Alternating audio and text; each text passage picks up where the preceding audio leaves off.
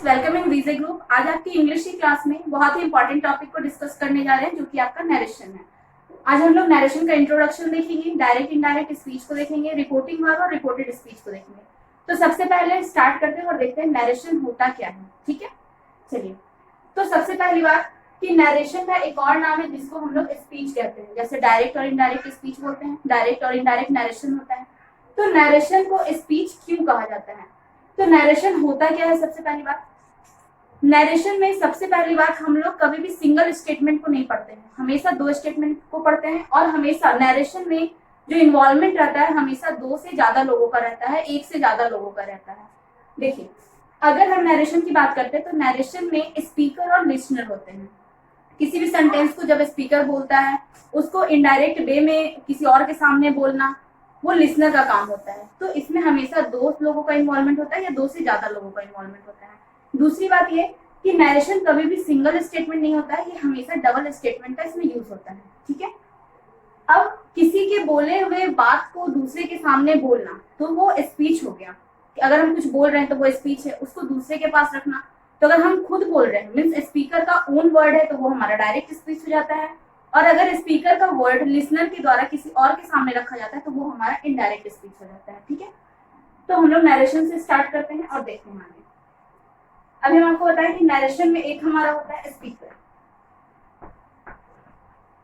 और दूसरा होता है लिसनर। ठीक है, अब स्पीकर हो गया और लिसनर हो गया। अब स्पीकर का जो ओन वर्ड है, स्पीकर के जो ओन वर्ड्स हुए वो हमारा हो जाता है डायरेक्ट स्पीच और वर्ड्स जो रहते तो स्पीकर के ही हैं लेकिन वो किसी थर्ड पर्सन के सामने लिसनर के द्वारा रखा जाता है, लिसनर के द्वारा रखा जाता है। तो ये हमारा क्या हो जाता है? इनडायरेक्ट स्पीच हो जाता है।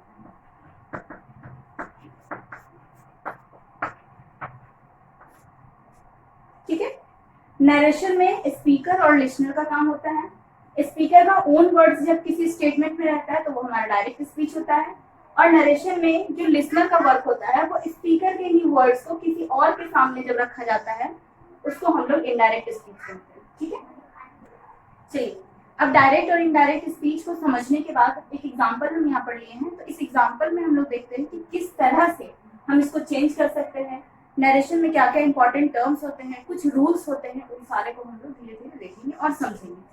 अभी हम लोग सिर्फ समझ रहे हैं, जो लिखना है वो हम सारा कुछ आपको फिर बाद में जितना भी आप लोग का थियोरेटिकल टर्म होगा वो आप लोग को मिल जाएगा। ठीक है, चलिए देखते हैं।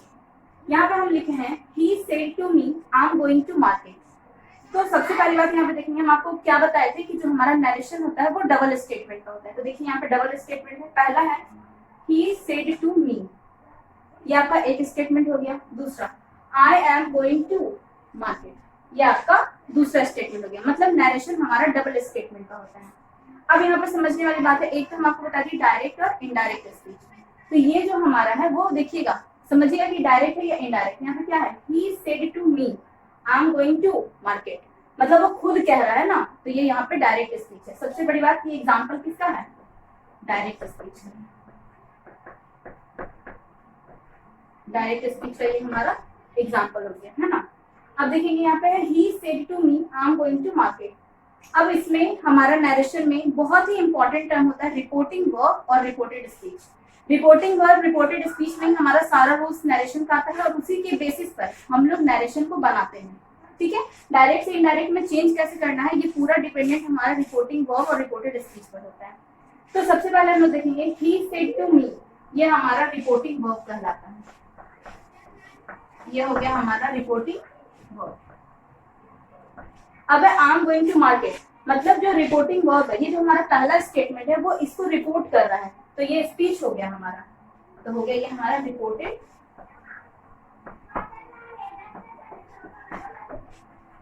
स्पीच। ठीक है, रिपोर्टिंग वर्ब और रिपोर्टेड स्पीच। अब सबसे पहली बात हम लोगों को समझना है रिपोर्टिंग वर्ब और रिपोर्टेड स्पीच, क्योंकि हम आपको बताएं कि डायरेक्ट से इनडायरेक्ट में जब हम चेंज करेंगे तो रिपोर्टिंग वर्ब और रिपोर्टेड स्पीच का बहुत इंपॉर्टेंट रोल होता है और जो रूल्स होते हैं वो रिपोर्टिंग वर्ब और रिपोर्टेड स्पीच पर ही होते हैं। तो सबसे पहले हम लोग जो क्लियर करेंगे वो हमारा हो जाएगा रिपोर्टिंग वर्क। तो हम लोग पहले रिपोर्टिंग वर्क को समझते हैं। तो देखोगे यहाँ पर समझने की चीज है, यहाँ पर जो हमारा ही है, तो ही किस चीज का काम कर रहा है, सब्जेक्ट का काम कर रहा है। यहाँ पे जो हमारा सेड है, सेड किस चीज का काम कर रहा है, वर्ब का काम कर रहा है। अब यहाँ पे टू मी है, तो ये हमारा ऑब्जेक्ट का वर्क कर रहा है। तो समझेंगे यहाँ पर जैसे ही हमारा वर्ब आया, तो वर्ब हमारा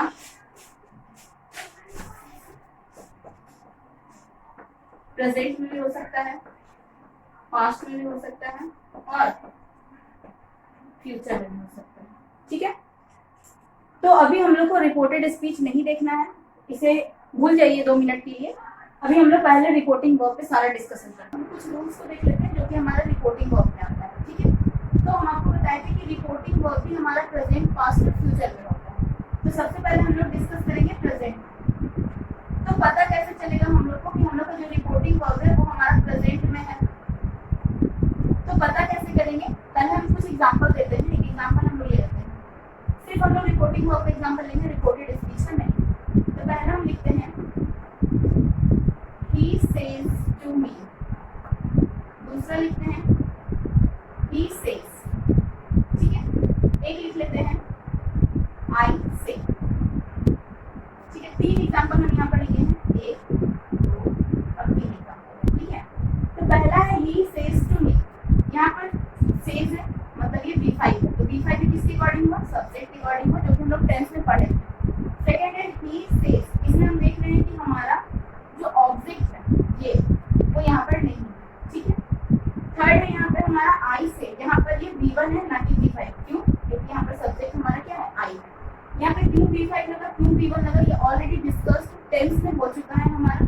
तो इन तीनों का रूल्स है, वो रूल हम लोग देख लेते हैं। ठीक है, तो कभी भी जब हमारा रिपोर्टिंग वर्ब प्रेजेंट में होता है और साथ में हमारा ऑब्जेक्ट लगा हुआ होता है, तो ऑब्जेक्ट अगर लगा रहेगा तो ये जो हमारा सेज है ये चेंज हो जाएगा टेल्स में।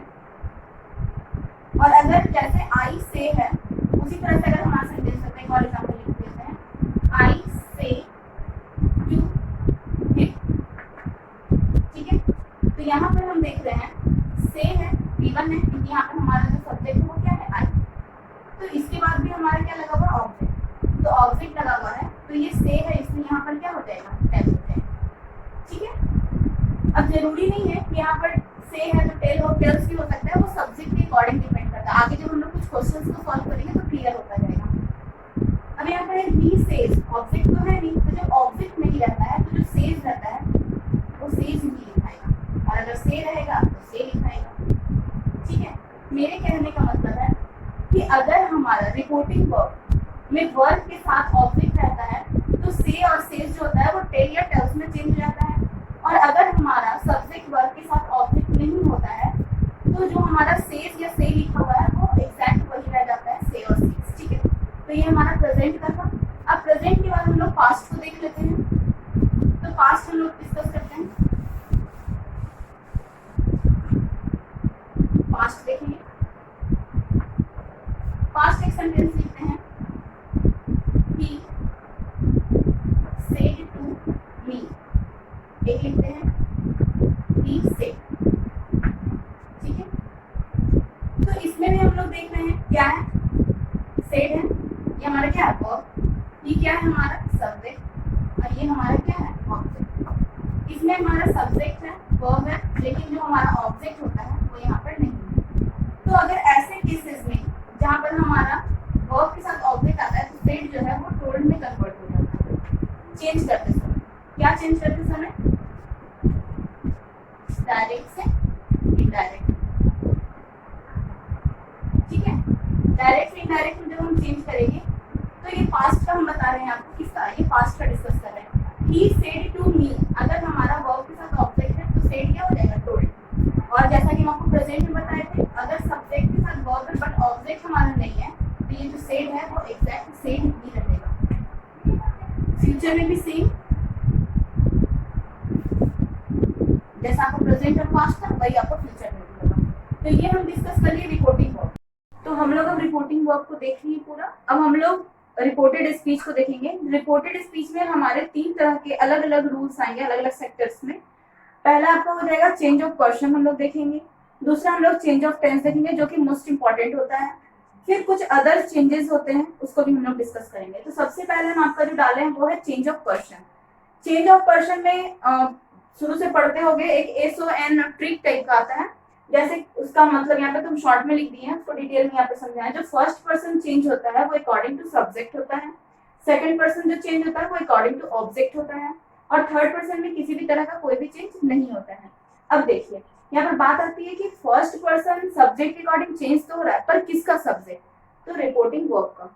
Same with the second case, second person जो आपका चेंज हो रहा है अकॉर्डिंग टू ऑब्जेक्ट, किसका ऑब्जेक्ट? रिपोर्टिंग वर्ब का ऑब्जेक्ट। और थर्ड पर्सन में तो किसी भी तरह का कोई भी चेंज नहीं हो रहा है। नेक्स्ट लेक्चर में हम लोग चेंज ऑफ टेंस और चेंज कुछ अदर चेंजेस जो है उसके बारे में डिस्कस करेंगे। और जब ये सब सारे चीजें डिस्कस हो जाएंगी तो हम लोग कुछ क्वेश्चंस को भी डिस्कस कर लेंगे। तो आज के लिए इतना ही। अच्छे से पढ़ लीजिएगा और जो भी नोट्स से बना लीजिएगा, और कुछ आपका फॉर्मेट जो है वो आपका PDF फॉर्म में चला जाएगा। Thank you.